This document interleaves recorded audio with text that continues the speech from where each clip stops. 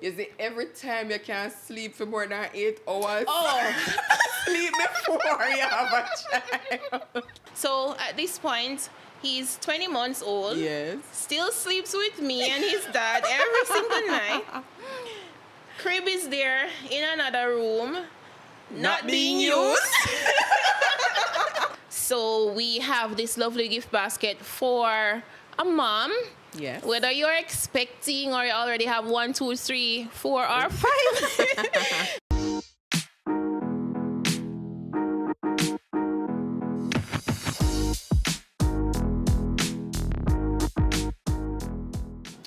Hi, mamas and friends. Welcome to the Memories and Motherhood podcast. I'm Whitney, your favorite baby photographer and host.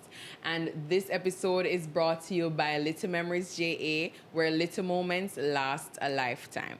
From maternity to newborn to birthdays, every milestone in between, we're here to capture the moments that matter most to you.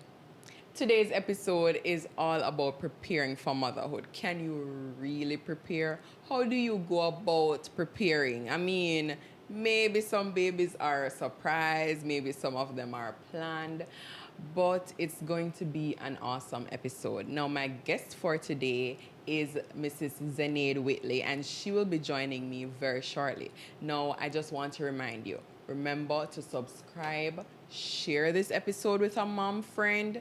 Also, turn on your notification bell so that you can be notified when we drop a new episode. Now, whether you're already a mama in the making, or someone who loves a good baby hack, this episode is definitely for you. So let's dive into this episode of the Memories and Motherhood podcast. Hi, Zenaide. How are you today? Hi, Whitney. I'm doing great. How are you?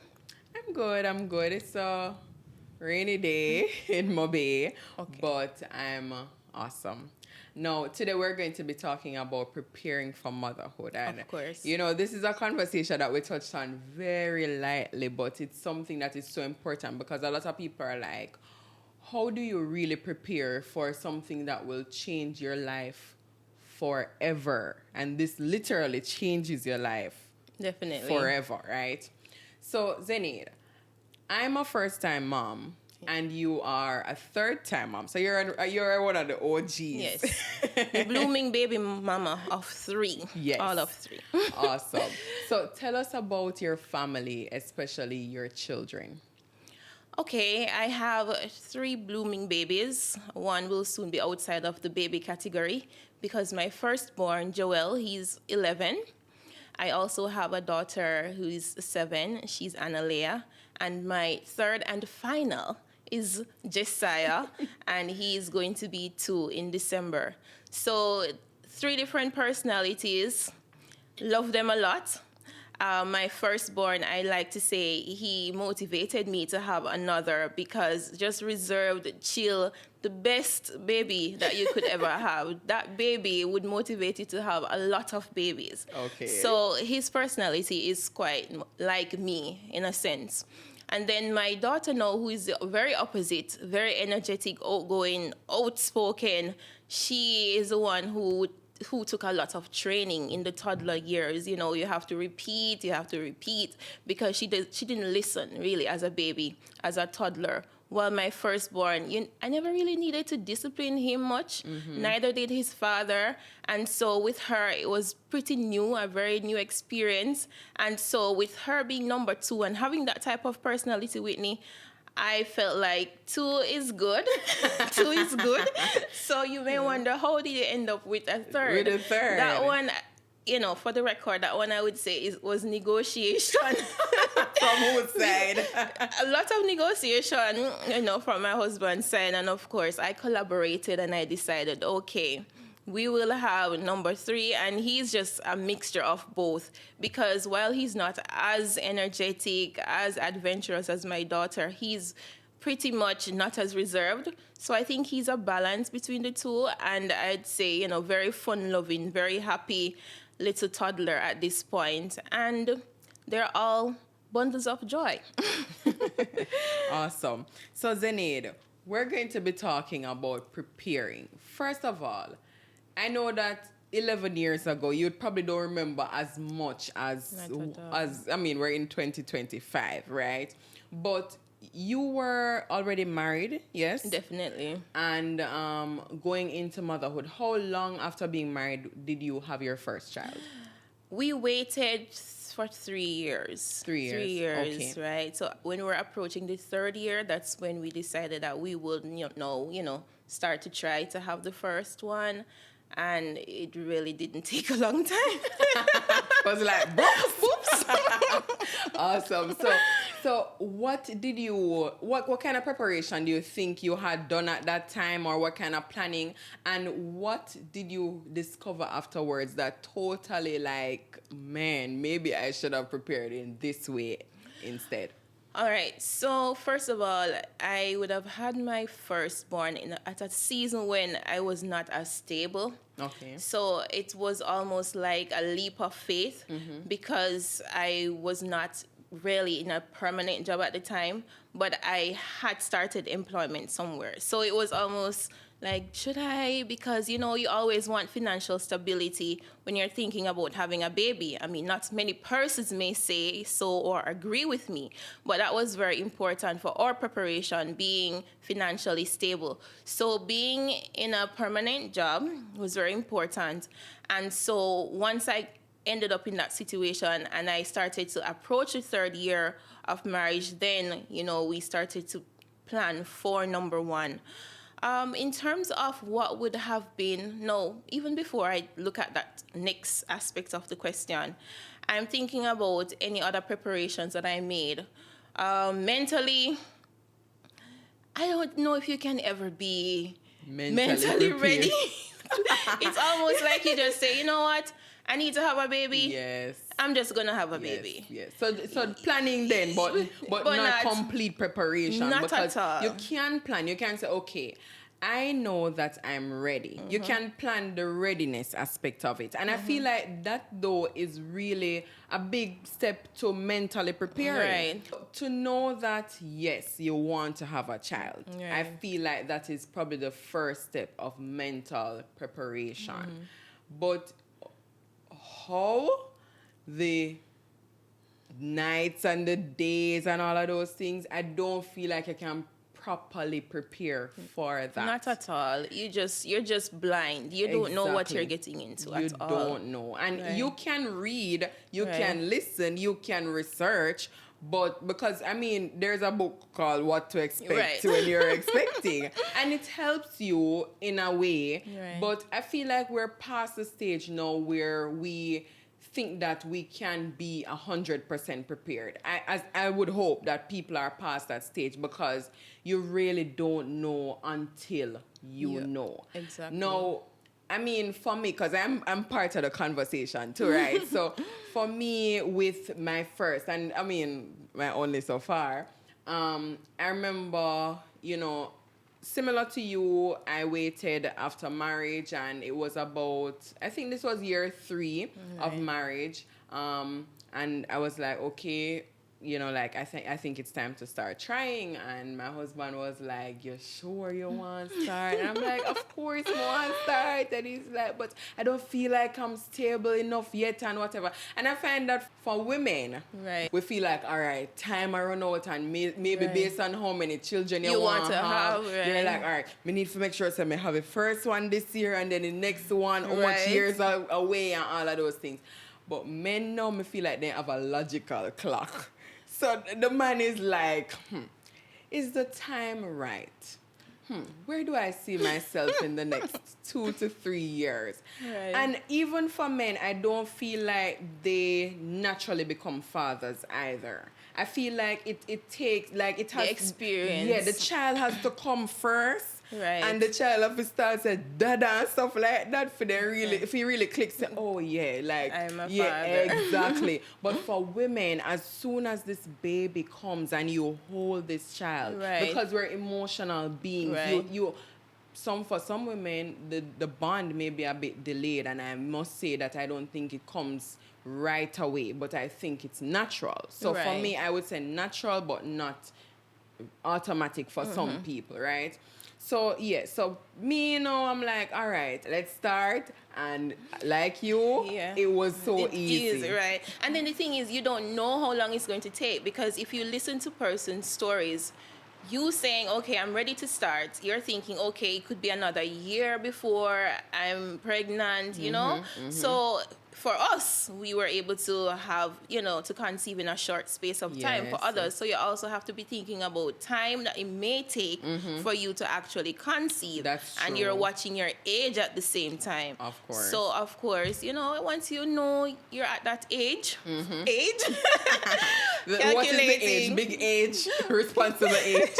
responsible age. I mean, and you also said if you want to have more than one, especially, you can, and you want to space them out, then you really have to do the math. Yeah. When you'd have to have the first, and then, No, one of the things is, Zenaide, I don't think we talk about this a lot, but were you on birth control before you started trying? Definitely. You were. Okay, Definitely. What kind of birth control were you using? I was on the contraceptive pill. Okay. Yeah. All right. So for me, I was on a low dose contraceptive, and I've never taken any contraceptives before getting married. So this was like my first time on a contraceptive Same here, pill. low dose, right. And it was like, you have to get up and take it every day to make sure that it's not, you're in the safe zone and so forth. So for the going to the doctor now, we both had a doctor's visit when it was time to try for getting pregnant, and the doctor advised us that, okay, because you're on a low dose, you shouldn't have any issues. So 3 months before you want to get pregnant, start taking folic acid. And I feel like most people kind of know, or if you go to a doctor, the doctor would probably tell you that folic acid is a good preparation tool, to take each day, 3 months and so forth. Okay. So I started to take folic acid, and I stopped taking birth control probably about June. Now, for me, my pregnancy was planned to the T. Like, I'm a businesswoman. I have a busy season. My busy season is in December.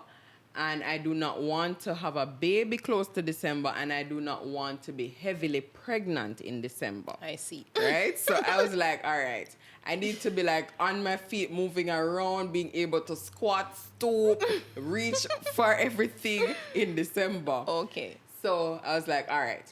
So if I should get pregnant in August, then I would have my baby around the next year, April or May, because in May now I can take 3 months off, and that means that I can go back to work by the next year, December, because remember, December is like good season.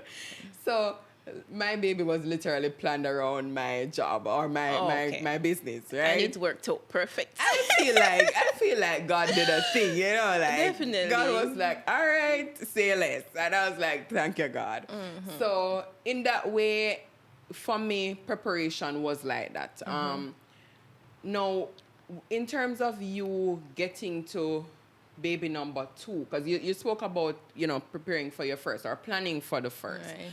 How was it in terms of you getting to baby number 2? How long was that after having your first?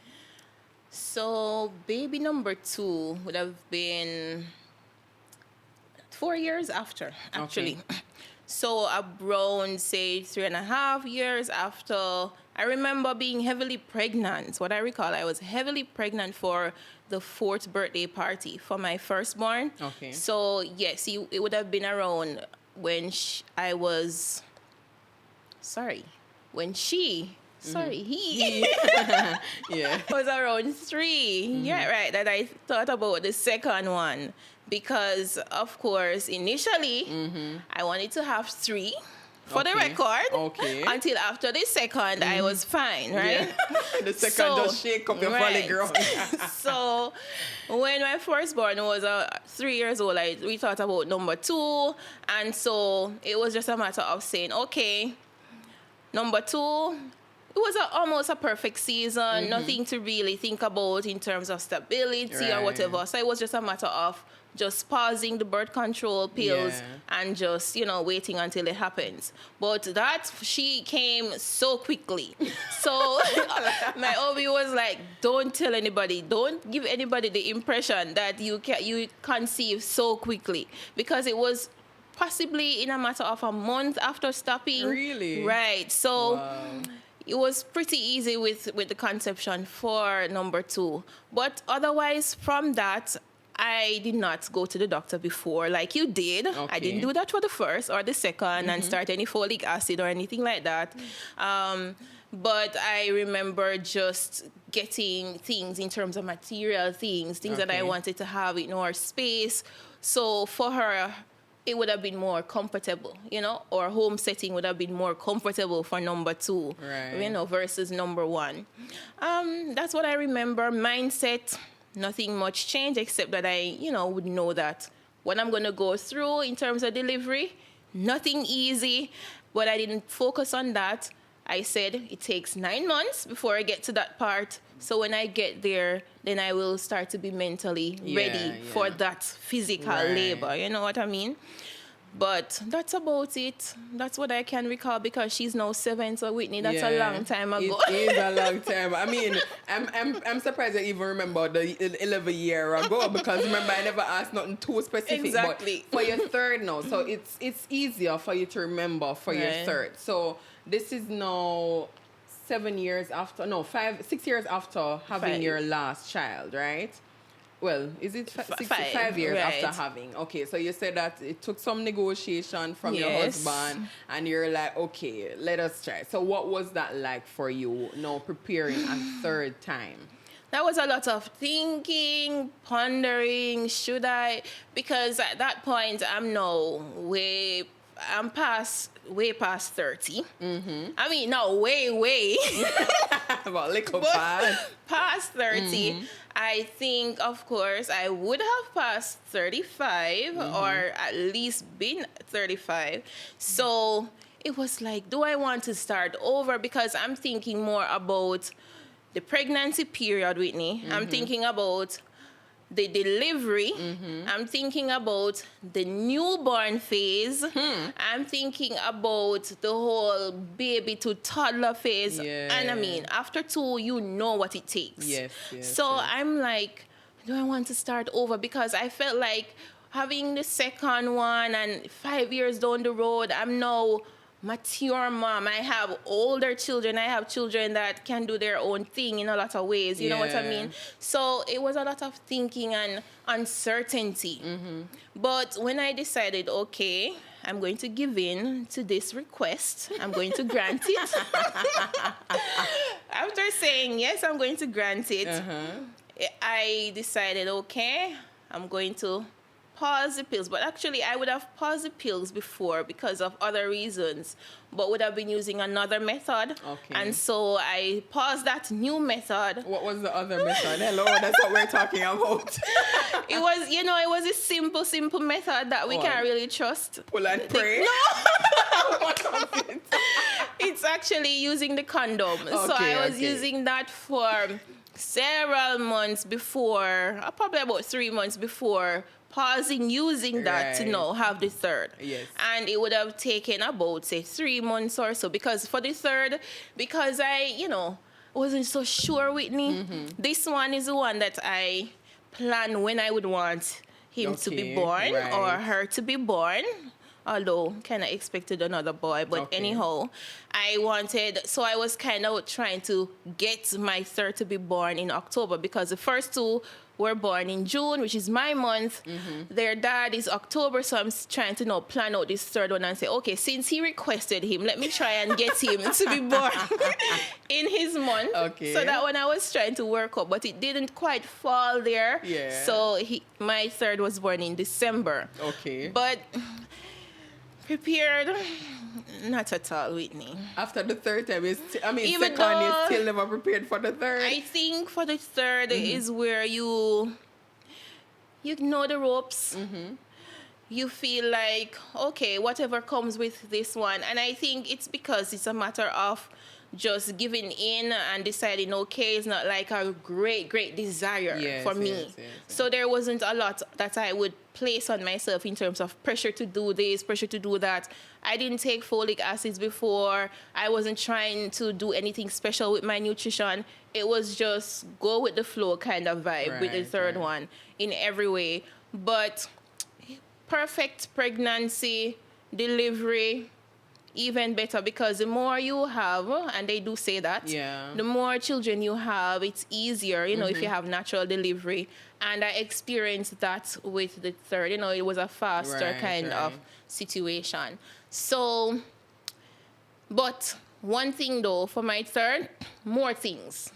In terms of more what? items. There are more, because he would have been born in a season when, there is a lot of online shopping that you can do. You can have your online registry. You find that there's so many new products that are just so cool. And so with the third one, I was a lot more prepared in terms of having physical items. Things that I would want that the first two did not have. So that is what I can remember. But it's almost 2, so you can bear with me. I don't remember everything. I totally understand. And we'll be talking about that in a subsequent episode because I feel like shopping for a baby is something that deserves a whole lot of preparation too. Now, so you're number 3, and you consent to, okay, we're gonna try, you get pregnant. And one thing you mentioned earlier, which I want to pick up on, is that stage of pregnancy, the preparation for the child. I feel like that is something that it's talked about. Right. But how else would you have prepared in terms of like from your first all the way to the third? Because you mentioned that you were prepared physically, but mentally, what can be done for women in terms of mental preparation for a child? I would say do all that you want to do. I think you need to just make sure that you're not going to be 100% fulfilled as an individual before you become a mom, but at least 70%. At least past the 50. Past the 50% mark. Yes. Because there are going to be a lot of things that you're going to have to put aside. Once you sacrifice it, you're going to have to put aside. And when I think about it, even in terms of expanding a business, starting a business, launching some ventures, it takes a longer time for me to achieve certain goals since I became a mom. So whatever you can do, what you have written down, dreams that you have, try to fulfill as many as possible, because that fulfillment is going to put you into a relaxed phase, a phase where you can say, bring on the babies. Yes. Because you're not going to feel like, should I? Because I wanted to do this, that. I'll add to that. Because, first of all, I was about to say, before me lose the thought, is it every time you can't sleep for more than 8 hours? Sleep before you have a child. Listen, every single time you can sleep. Oh my, yes. Don't feel like there can be too much sleep. Exactly. Because I'm now thinking, Whitney, when I used to be able to sleep? What was I doing? I know that I was not sleeping as much or as long when I could have. And I'm like, what was I doing with all of this precious sleeping time? Listen, it's key, okay? So on a more serious note, don't feel guilty. Don't feel guilty if you want to relax. Relax. Yes, I would totally say. Don't feel any way about it. I love what you said about, finding that thing that you would really want to do. Because sometimes, the thing is, Zenaide, I feel like your drive changes after you have a child, meaning your motivation change, your reason, your why changes, all of those things. Right. And your priorities also change. Definitely. But with your priorities, you become second to a child. Right. So having this child's needs met becomes more important than having your needs met after you have the child. Exactly. So you're saying then that it's important to put you first when are you alone? Exactly. Because when you alone exist and you are not putting yourself first, and then no, you and a child exist, you go feel even worse, because you're gonna be like, what was I doing? As we're here saying, Right. like, what was I doing Yeah. when I did not have a child?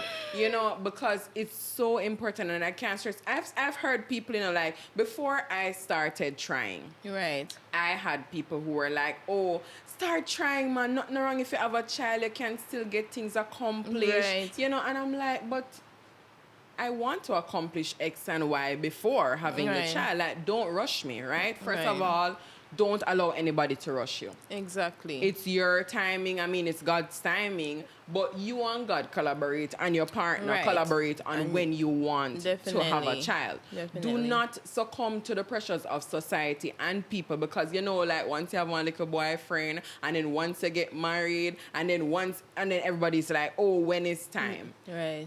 Respectfully say to them, when I'm ready, right? And after the first one, then people go come back to you No, and about say, number 2. what they want for number 2? And I'm like, ease off now, like, wait now, like, calm down, right? I haven't even slept a full night. I can remember the last time I had 8 hours sleep, Oh my.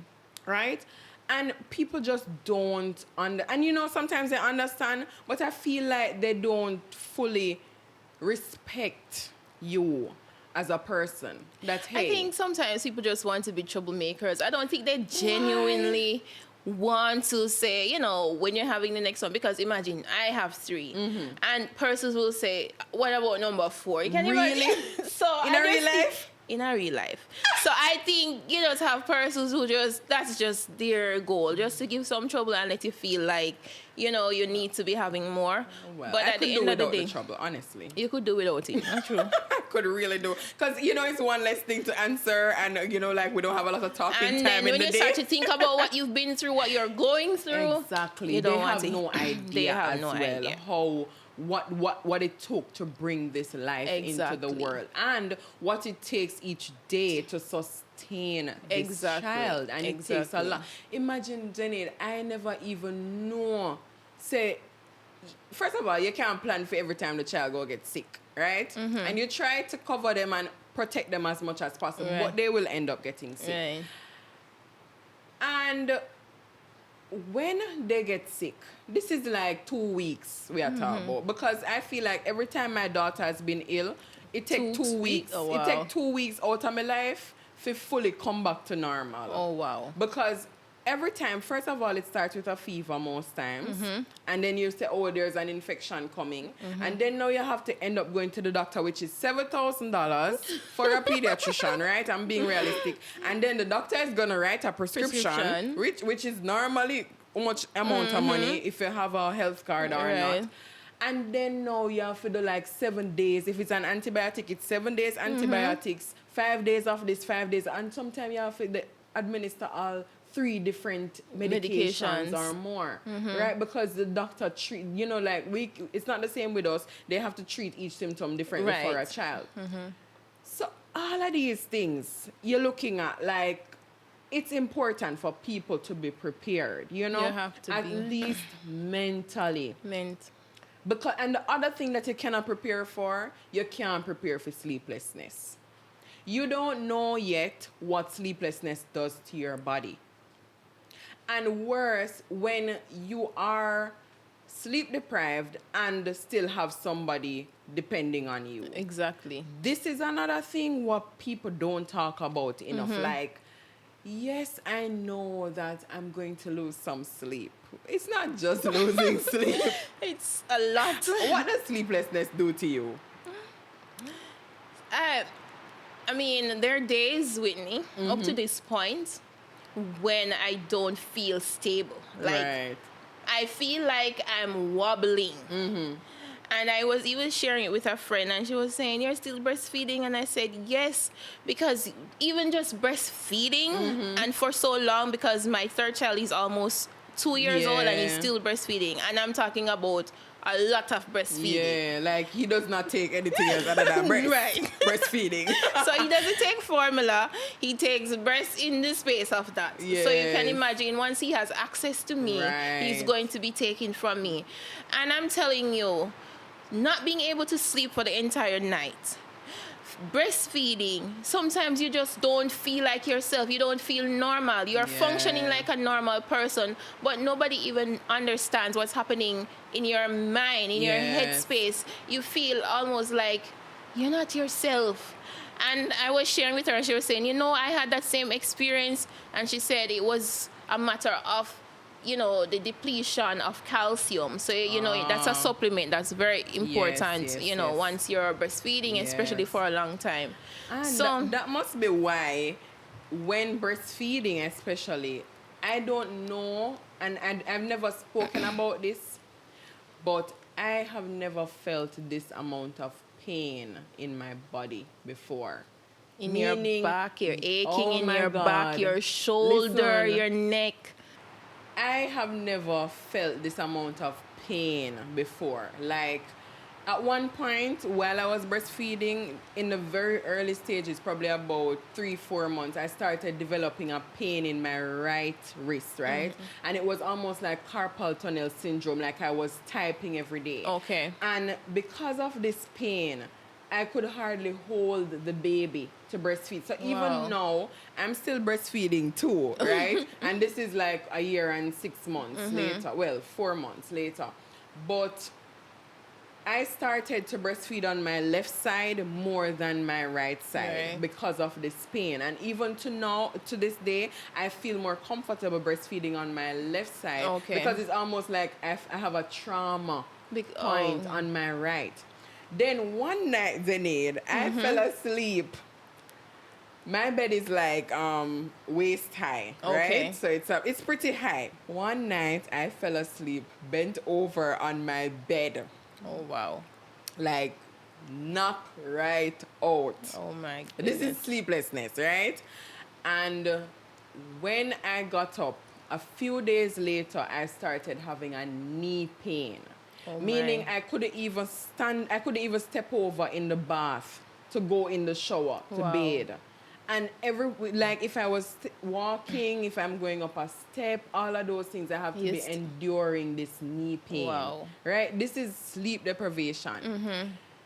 Then, on top of that, well, not on top of that, but separately, sleep deprivation caused me as well to drop the baby one night. What? How old was? So the baby was actually about 2 or 3 months at this point. Wow. Yeah. And this is something that I've never spoken about apart from like my husband who knows, right?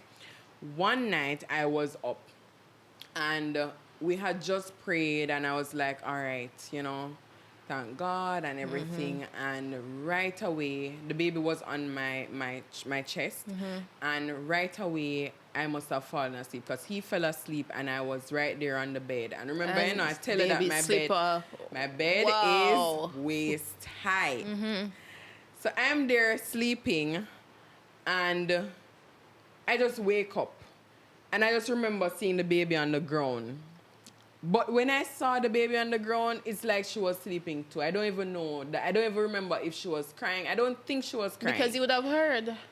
I don't even know. Oh, wow. Right? And when I took up the baby and I went into the living room with the baby and I was, me examined her like 1 million times. I feel like I had instant diarrhea. Like everything just started. Like I cried. I was like, God, I was like, and I feel like it's probably how I took her up so fast that frightened her and she was crying for a little bit, But she wasn't hurt, thankfully. Wow. And I remember that I couldn't even bring myself to the point where I told my husband right away that the baby fell from me, right? It was the following day, after knowing that, okay, the baby was okay and whatever, I called him while he was at work and I said, babe, I feel like I need more help from you at nights. And I said to him, something happened last night and I wanted to know about it. And I told him in the moment that the baby fell out of my hands and she fell on the ground.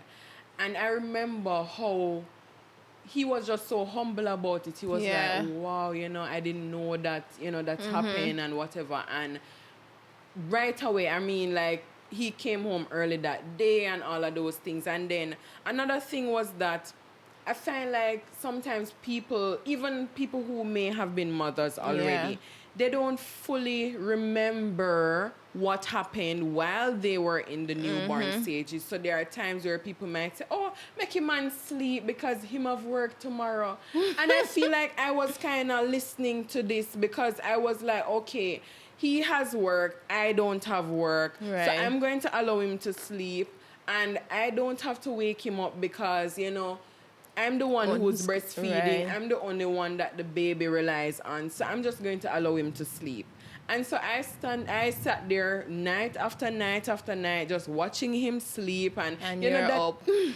I'm the one up and I didn't want to lie down with the baby for too long because I was afraid that I would like roll over on the baby or hurt the wow. baby. And because I had this incident too where the baby fell from me, I didn't want to sit on the bed after a while in order So you to get feed out her. of bed and you're sitting in. Exactly. Wow. So I'm out of bed. I'm in one position for the night, sitting there. It's basically a struggling match between me and the baby, like who go fall asleep first at night, So sleeplessness does so much to your body that you cannot prepare Yeah. for this. And to me, this was one of the biggest struggles for me. But I feel like as you say, on the outside, nobody could know. Nobody would know that, okay, this is what you're going Right. through. And especially as breastfeeding moms, I feel like sleep deprivation is way different because, as you mentioned, your body is sustaining another life. Because Right. remember, in Jamaica, everybody's like, oh, exclusive breastfeeding for 6 months. 6 months. Listen, okay? That's If why you can do it. I don't judge a mom for giving that child formula.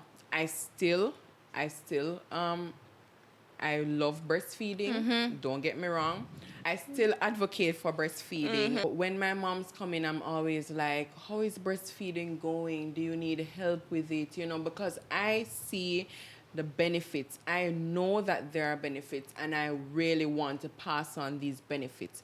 But when you are the one sustaining another life, there is so much coming from your body. Exactly. Right? You are almost depleted. It's a miracle. To me, how a woman can breastfeed, still clean house, still cook food, Take care of other children. still take care of husband and Right, other children right. and all of those things. It's amazing to me how a woman can do so many things and still breastfeed a baby. Exactly. Trust me, miracle. So on that note, it's like when you think about all of these things that you have to sacrifice, Exactly. it's so important to be mentally ready, to be mentally strong Right. as well, and to persevere. And also, I must mention, Zenaide, that women have to be patient with themselves. This is something that is understated. It Right. may be mentioned, but it is not mentioned enough that you are new. Haven't you felt new every single time you have a child? Pretty much. Yeah, because like all your children are different, They're right? different, different experiences for sure. Exactly. And the newborn phase hits you like a ton of bricks all over again. Like, boy, we go through this the last time, but then we go through this again and again and again. A lot of people say that this is the toughest period for them. The newborn And phase. Yes, it is. Because as I was saying earlier, I don't feel like some men I feel like they get to the point where they're like, okay, let's get this going, and it's important to have a supportive partner. And I'm not going to say my husband wasn't supportive. He was supportive. He catered to my needs. He knew that, okay, if she wants to eat, I'm going to get her food. And I feel like he was so attentive towards my needs. Right. But because of the fact that he's a husband first and he is more attentive to my needs, he wasn't so sure unless I told him Regarding the baby. how to cater to the baby. He wasn't so sure unless I say, babe, can you make a bottle? Can you do this? Can you do that? Can you do, I feel like as a man, I'm not blaming him. This is how men operate. Naturally, I feel like the man is the protector, he's the provider. So his role is to do this, because sometimes they may not want to step their boundaries or whatever, or they don't want to make you feel pressured either, like you sure say baby not hungry, why baby I cry, because that could be triggering for a mom. I think for the most part they trust you as a mother to know what should happen as it relates to the baby, especially during that newborn phase. You see, when your child becomes like a toddler, then daddy kind of steps in a lot more. Yes. But when they're so little and they're nervous too, because they have never held such a tiny being. So you come home with the baby, they hold the baby, but once they hear that little cry, it's like a mommy alert. Like, mom, it's your time to step in.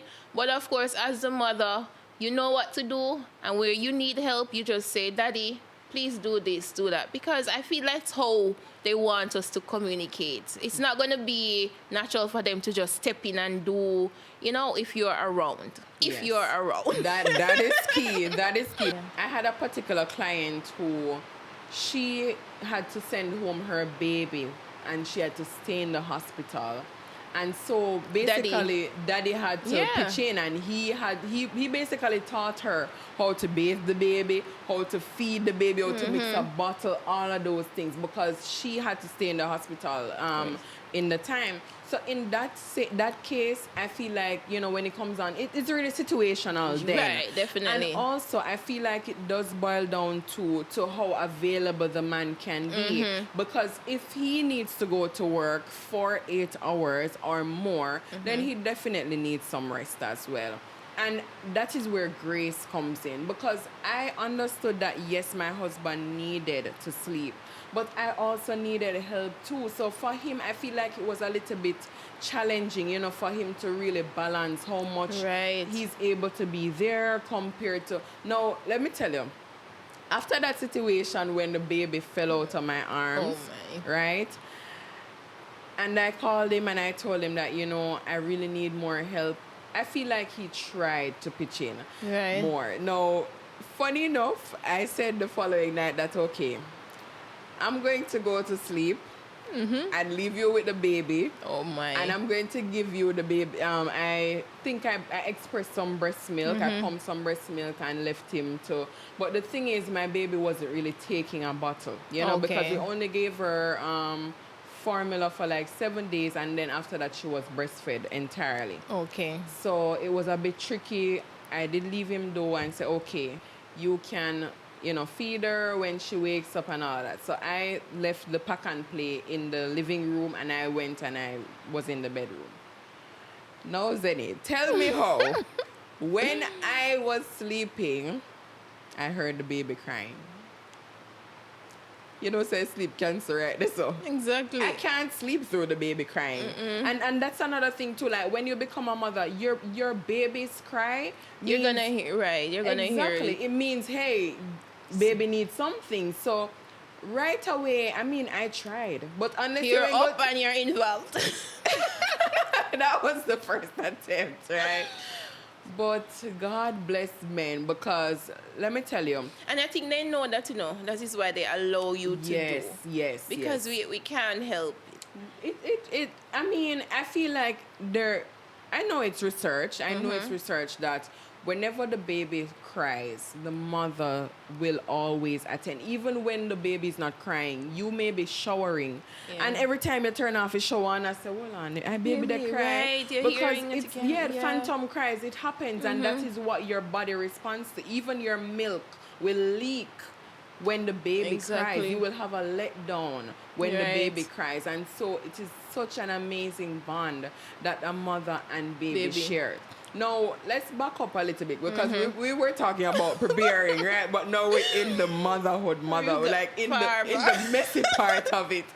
But, and it's just so amazing overall. It's, I've heard people say, and I've said it myself, that it is one of the most beautiful but the hardest journeys I've ever been on. Literally come like a roller coaster ride, one where every time you reach at a certain stop in the And you still want to have number 2, right? I do. Okay, so why? I do want to have number 2 because, hey, you know, first of all, I grew up as an only child, so I didn't see the problem in having another one. But my husband, he has a brother, and I see how their bond is so, you know, like it's so good, and I see where it's beneficial to all concerned. Okay. So I mean, like, you know, it you know, seems so bad after all. However, for me, the age gap is important. I do not believe that as a mother, I need to sacrifice my body after having an episiotomy, right? Which means that I had to be stitched up after delivery. I don't feel as if I should put my body through that so soon after having a child. This is now 16 months after delivering a baby, and I am just now feeling like Whitney. I can breathe. Like I am Whitney, like I can recognize myself in the mirror now. And when I look in the mirror, I can do a little makeup because it took me so long to figure out that, okay, you can get dolled up and get pretty again and prioritize and maybe like go and do some pedicure because I don't do nails.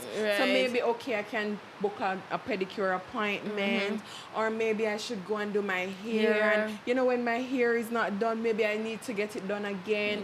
But I didn't feel like that for a long time. I didn't feel like I needed to look better or I needed to, you know, like prioritize my self-care. How does that look like for you? Like, I know that you would have already had 2 children and you're now with your third, but of course you're a breastfeeding mom, because I do believe that the breastfeeding hormones also put a damper on your self-image. Definitely. A lot of factors, but I think for me it's a matter of just letting go and saying, you know, this is how I'm going to look for a while. There was no dolling up of Zen. Exactly. There was no makeup, no hair being done. I decided to work from home for the third, and so, you know, I look like out of bed into the work 4 days. But I would joke with my sister sometimes when I actually pause and do my hair, and she say, you actually comb your hair? Listen. And I'm like, sis, can't stay down for too long. Because yes, I would be like, as I would say, down, looking like nobody's child for a while. But then at some point, you know, you just feel the need to just look like, you know, yourself, look like somebody, look fresh again. So never felt guilty about it, but never felt comfortable to remain looking that way for an extended period. So maybe 2 months go by, there's no hairstyle, there's no dressing up, but then there's a pause to do a pedicure, manicure, get my hair done. You know what I mean? And I think one thing that even helped, even with my pain, Whitney, massage. Oh, nice. So whenever anything is coming up, my birthday, Mother's Day, I'm just singing massage. I'm singing spa. Oh my right God. Now, oh my God. That if is, you ask that if any, that's tea. That's actually tea. So if you ask any of my children, the older 2, what can you get for mom? What can you get for Zen? They're going to say spa. That is my word. Listen, oh my God. You know, I'm just thinking about it. That is so important. It is. all you need. Yeah. Although as soon as you're done, in the moment it's perfect. As soon as you're done, you feel like you almost gone back to how you were before. But no problem with that. Yes, at least I can remember. You can remember. I love that part where you said build the memories. And even in motherhood too, it's important to still have those little things, because even now, I remember for my first birthday as a mom, because you know that's a whole different thing. My husband sent me to a spa, and let me tell you, even now me can't just imagine the lady and then put me back again, because you just God can't knows. go wrong with that. Oh my God! As well as some time to sleep. That is invaluable. And just stillness. You don't even hear a sound. Yes, it's so important. Precious. So definitely it shifts your focus from you to baby. It takes so much from you in terms of your body, especially if you're breastfeeding. And breastfeeding is still so important. It is still so beautiful. Talk about how you said that you still have Jessie sleeping with you. You're still breastfeeding. And this is after 2 children. I feel so ashamed of myself. Why? Because you would think, baby number 3, you have it all figured out. Yes. You know what to do, what not to do. But can I tell you that for the 3rd, it's almost like I'm in a totally lazy phase where anything goes. I'm not even going to stress. So at this point, he's 20 months old. Yes. Still sleeps with me and his dad every single night. Crib is there in another room, not being used. I feel so bad because the thing is, firstborn, no problem. Crib. First day home, first night home, actually crib. And every night. Yeah. Secondborn, crib. Grant you, there are moments when I breastfeed in the bed and so, but there was never any sleeping in my bed. Yeah. And I'm like, 3rd baby, and he is in my bed at 20 months old. And I don't get up to make a bottle. I just turn around and just go give him we do that sometimes. So when the pediatrician asked, is he taking the formula? I'm like, he doesn't like it. So when he got to about 12 months, it's like he just did not want to take any more formula. I tried different types, not interested. So it's just my breast milk that is keeping this baby boy throughout the night. Yes. And you know, Whitney, breast milk is not going to hold them for any time. So how many times do you think I'm there feeding this baby through the night? Listen. All 6-7 times I have to turn around with it. So I'm saying, how did we end up in this phase? And it's so funny because my husband will joke and said, first when we got home, the crib was in our bedroom, of course. The master bedroom, and then I had it in there. It was in there for about, say, 12 months, his first 12 months. After that, I kept saying, I want to move out the crib now to the other room, and I was just waiting on another piece of furniture to complete the room. And he keeps joking and saying, oh, you said you were waiting on the Chester drawer, and it's here, and the crib and the Chester drawer in that room. So why is the baby still in our bed? But it's not totally my fault. And forgive me, husband, but it's not totally my fault because this is where you come in now. You see, Whitney, if he was diligent enough to ensure that every time, after about, say, 6 months, I would say, Mommy can breastfeed through the night, 6 months, right? After that, Whitney, don't you agree that daddy should just get up and make the baby's bottle, take him off Mommy, and let the baby get used to that. Exactly. But for baby 3, 2 are we tired. Oh, God. 2 are we lazy. 2 tired parents. Oh, my God. Like, we probably just too old. I don't know. Listen, I'm glad you said that because my baby was in my bed for a while. Like, we had her in our room in a playpen. We had to lower the playpen for a while, and then we transitioned her in her crib, which is in another room, after about 8 months. And then after a while, she started coming back in our bed. Like, it was getting so hard because I have to go in that room. I have to put her back to sleep. I have to go back to my room. listen, it was very exhausting. I was getting up 2 times, 3 times a night just to breastfeed her because she Right. still wasn't taking the bottle. She started taking the bottle after probably about 8 or so months, and we didn't switch the formula, but I started combo feeding her. And then one night it clicked to me that I've heard about something called dream feeding, right? And this means you feed the baby that they sleep, point blank.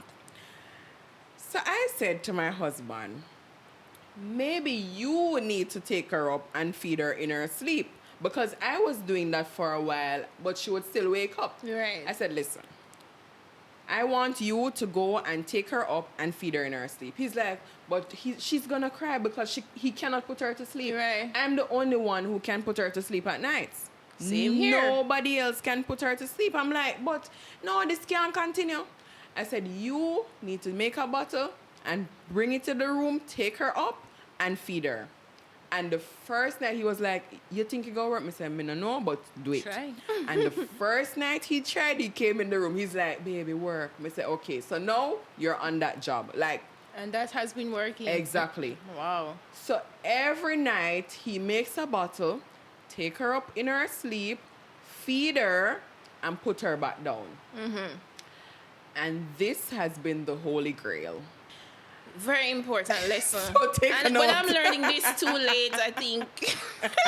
No, it's not too late. It's never too late to learn. Because guess what? It would have been another night not Oh doing my it. goodness. But I have been dream feeding her, or her dad has been dream feeding her. And for a while, I think probably about a week or so ago, it was messed up because she got a bit ill and, she had a bit of runny stool. So you and had to be yeah, breastfed. that eroded it, and she got back in her bed. And I was like, no.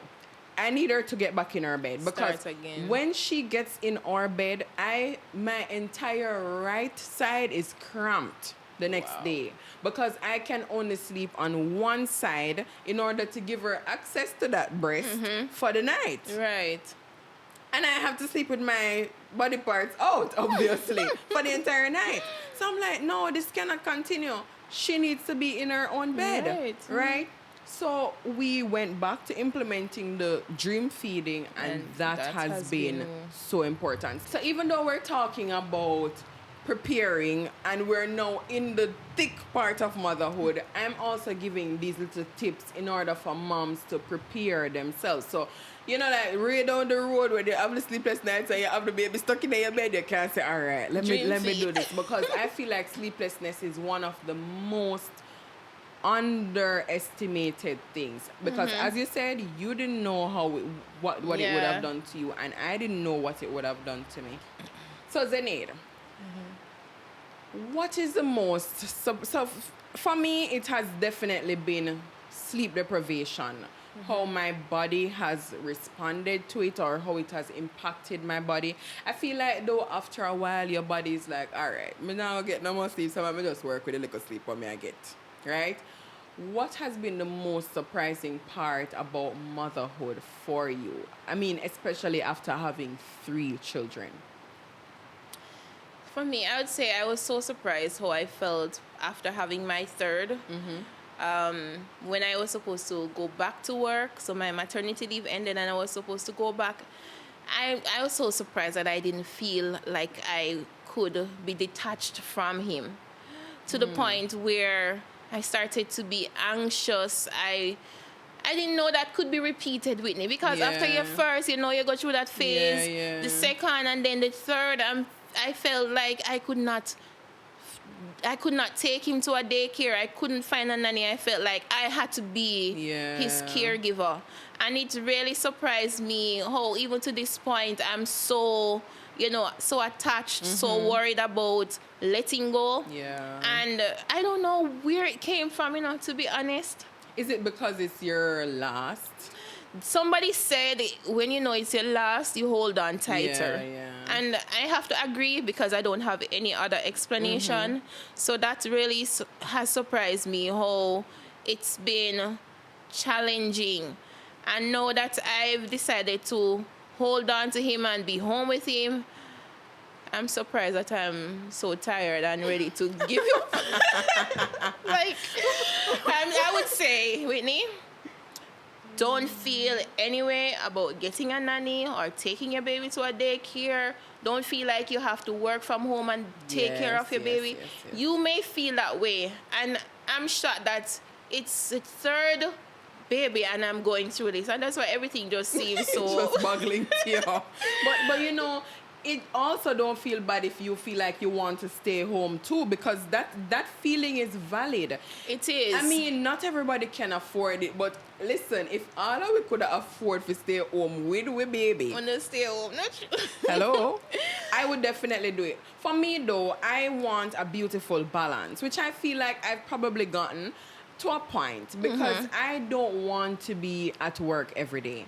Right. I don't want to be doing things for other people every day. But I also don't want to be home every day either. So I've gotten a nanny. It took a while to get a nanny though. And you know, she comes probably about 3 times for the day, and my husband's mom will, 3 times for the week. And my husband's mom will probably help out another one day or so. But for me, it took a little getting used to. Because you see that let go part of things, oh my God. You see the first week or two when we got the nanny and she would come to the house. Right. And I heard my baby crying because she wasn't used to her. Oh. I had to like make myself missing. I couldn't leave the house. I didn't want to leave the house. Right. But I have to get myself busy. I have to try and find other things to do. So me probably out a door. I remember when I time me out a door, I put the clothes in the line and I say, I'm not a bad mom for seeking help. I'm not a bad mom for seeking help. I'm not a bad mom for seeking help. I'm not a bad mom for seeking help. Because there's this feeling when you become a mom that you need to do things on your own, that you want to be there for your child, that you don't want your child to cry, you don't want your child to feel stressed out, and that you are the best person to take care of your child. And instead you end up being stressed out. Exactly.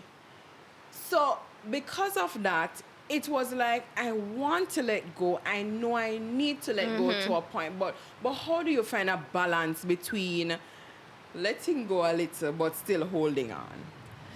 Wow. Because that to me is a little bit tricky, you know, and for everybody it looks a different way. I think you have to, when you are letting go, you have to just know that it's just for a brief moment. Because when you check it, you're still going to have the baby all through the night. True. Once you get home, baby's going to be all over you. Because imagine, mommy's away for the whole day. When you step in Whitney, your baby girl is all over you. You have to at least pause and spend some time. So you have to remember that, you know, it's just for a brief moment that you're going to be away. And once I'm back in the house, I'm all yours. Mommy again. We're going to be talking about, firstly, some tips for a woman who isn't a mom as yet. What are some practical tips that you would give her, firstly? Well, I would have already mentioned, you know, fulfilling some aspirations, some dreams, focusing on yourself, and getting into the frame of mind where you feel like, you know, if I become a mom today, I won't feel like I'm giving up too much, you know, of what I wanted to do. So that is very important. Also, think about what you want to do as a mom, because certain things you can't do when you're in a certain position. So, for example, the older you get, the more unlikely you'll be able to be as active or enthused about certain things. Yeah. You want to be a fun mom. You want to be an active mom. You want to be a mom that can really kind of grow with your children. Yeah. That's me. I don't want to have children and I'm so old and, you know, almost like you can't identify too much. But at the same time, I'm not going to pressure any mom to be about focusing on your age, because I've seen a lot of women have children even in their 40s, and I mean they're perfect as moms, right? So outside of that, you want to pray, you want to have a life that is powerful, one that is not dependent on just you and feeling like I can do this, I can be this. Because one, during pregnancy, a million things can go wrong. I give God thanks because I never had a complicated pregnancy for Yeah. number 1 or 2 or 3. No Right. complications at all. Thank God. I give thanks because even in the labor phase, the delivery, I never had any complications to give birth Yeah. to any of them, right? But that's not everybody's story. True. So I would not take any credit for anything. It's not like I was healthier than anybody or whatever. But you have to pray, you have to have faith in God, you have to trust Him to take you through the pregnancy. Yeah. You have to trust Him even more to take you through the delivery. Because it is even to give you a joke, Whitney. Firstborn, I beg the midwife to give me a C-section. Really? Literally. Because of the pain. Wow. Because of the pain and what it took Yeah. to push out the baby. Yes. And person would say, C-section, you ask. I just felt like in that moment, put me to sleep, do what you're doing, because it felt like the better option. But you don't want to focus on that, and that's another tip. Yeah. Don't focus on the delivery and Right. the pregnancy and what can go wrong. Have a positive outlook. Think that about your pregnancy being perfect. You're having a very comfortable delivery, although it can never be comfortable, but as comfortable as it can be. And even in terms of being ready to have the baby, you go to your gynecologist or your OB, you do all what you need to do, but you have to be thinking, how do I want to have my baby? Where? So all of that is important. For some moms, they want to make sure that they're extremely comfortable and they don't want to go in a public situation. So you want to be stable to think, do I have $1 million? If that's what it takes. It's the reality. Yeah. You need to have that amount of money. Right. So financial stability, very important. Yes. Very, very important. And knowing where your support is going to come from, not only from your spouse, but also who do you have in your circle, Because newborn phase is going to go quickly. The infancy stage quickly. When they become a toddler, and then there's school and there's all of these things to work out, you're going to need support. You're going to need to know who you can call on, what can you do in different situations, and people will be your source of help. Yes, definitely. So I'm thinking if there's anything else. Well, Whitney, we're kind of in the same position where our bodies kind of made a certain way, Yes. and it works well for pregnancy. Not all of us are like that, and so even in terms of your physical body, it's important. I mean, I never change my diet, Whitney. Change my diet, me eat normal everything. Right, same. But it's not going to work for everybody. For some of Yeah. us, we have to change our diet. We have to make sure that our weight is comfortable. Yes, because yes. no matter how many pounds you weigh before you're pregnant, you can just, you're going to add after. Yeah, right. You're going to keep some after, and so your body needs to be in a place where you can afford to pack on some more, right? Understand? And not affect your health. So that too, I don't want to leave that out. I don't want to leave it out at all. That's important. It's not something prepare that, your that body. is Yeah, spoken prepare about your a body, lot. because your body has to change. It will. It has to change. And I might add to that don't hold on to the old version of you, You're right. thinking that you will always have this version.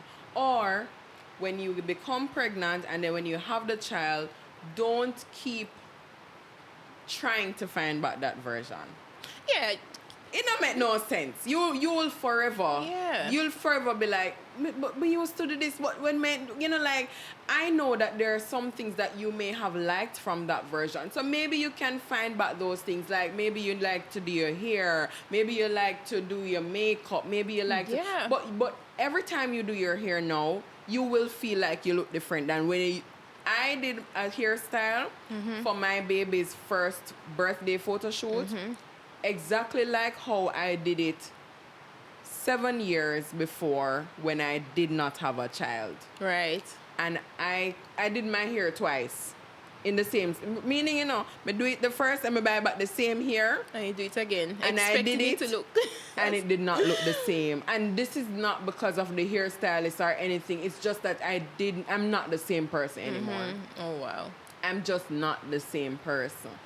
So it's just so different. Just expect that there will be changes and be prepared to embrace the changes. However long it takes, because the changes take a while for you to embrace them. It takes a while for you to get to accepting your new self. It takes a while to get to the point that, okay, I have stretch mark now, right here. So, and the part of my belly, I was telling you before I got my belly big now. I said, thank God your belly not that big. Or some people, but my belly is bigger now. Yes, than before I it's going had to a child. change, right? So for me, it is just a change in my body that I have to now embrace. Of course. And it is not something that I had before, because when I look back on pictures of my flat belly, I'm like, God, them picture look good here. But it's just not who I am right now. So Zenaide, you are a blooming baby mama. Of 3. But you own a company called Blooming Baby Jamaica. Yeah. Tell us a little bit about your company, because I know you have a little surprise for us today. Okay, great. Blooming Baby Jamaica. And one thing I will point out, you would always say, accomplish your goals, your dreams before you become a mom. But I would also say, when you become a mom, you get a lot of new inspirations, and it's a blessing, because Blooming Baby Jamaica is a product of becoming a mom. After having my firstborn, the idea came to me right after. So Blooming Baby Jamaica celebrates 10 years this year, and I have an 11-year-old. So you can do the math and you realize it's a product of that. But Blooming Baby Jamaica, we are a brand. We're not just a company, but we're a brand. And we are a company that considers ourselves to be creative and caring.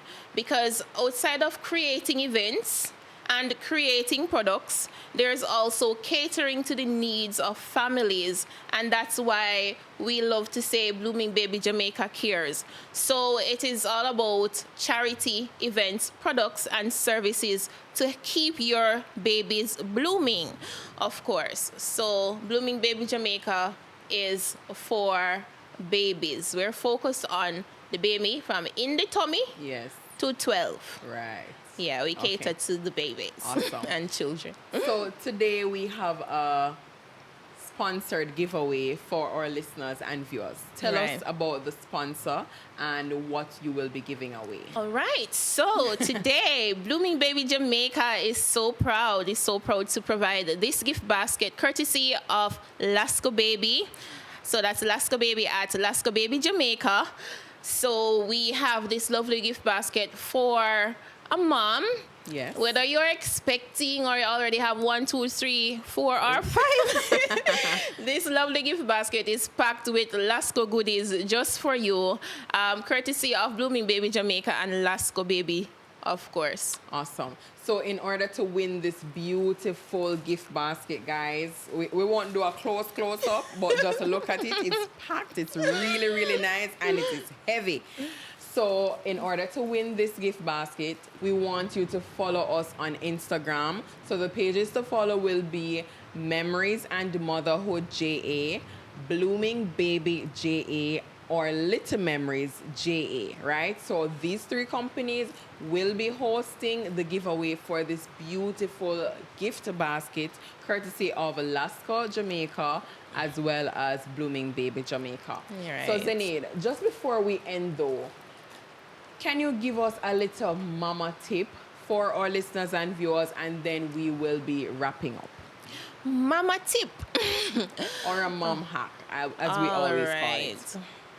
So it may be something that really worked for you. It may be something that is not spoken about enough. You can just give us a little mom hack.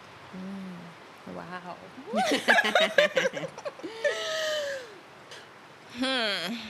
This one is funny because I do it sometimes and I'm like, why am I doing this? Maybe my baby might stretch out my breast. What is that? But you know, when your baby is becoming a toddler, the toddler phase, once they Yes. pass 18 months, you have an active child to deal with, even just to Right. get diaper on Yeah. or a pair of shorts on. So I sometimes, use my breast to keep my baby in place. So he will be on the breast, busy, standing on the bed. And it's at that time I find it so easy, Whitney, just to pull on, whether it's pull-ups or pull on his shorts. Yeah. And when scene's done, bam, bam, Breast gone. out. Yes. Okay, that's a mom.